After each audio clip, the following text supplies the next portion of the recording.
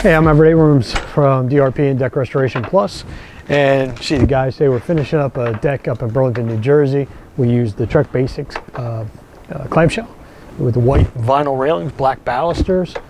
Smaller project, nice deck. This was an old wooden deck. If you look around on some of the siding, you see a little bit of red paint. It was one of those old-fashioned red kind of, barn red style decks. It was old wood. Just wanted it upgraded. And obviously we did that. As you can see, it looks really good as we're winding down and coming down to the final result here. But the deck really looks great. It just changed the whole back of the house, and it's really contemporary and really nice. So good job by the guys, good job by the crew, and you see the guys here, and that's what you get with DRP and Deck Restoration Plus. Thanks for watching the video, and feel free to give us a call at the phone number, and we'll come out and take a look at your next project.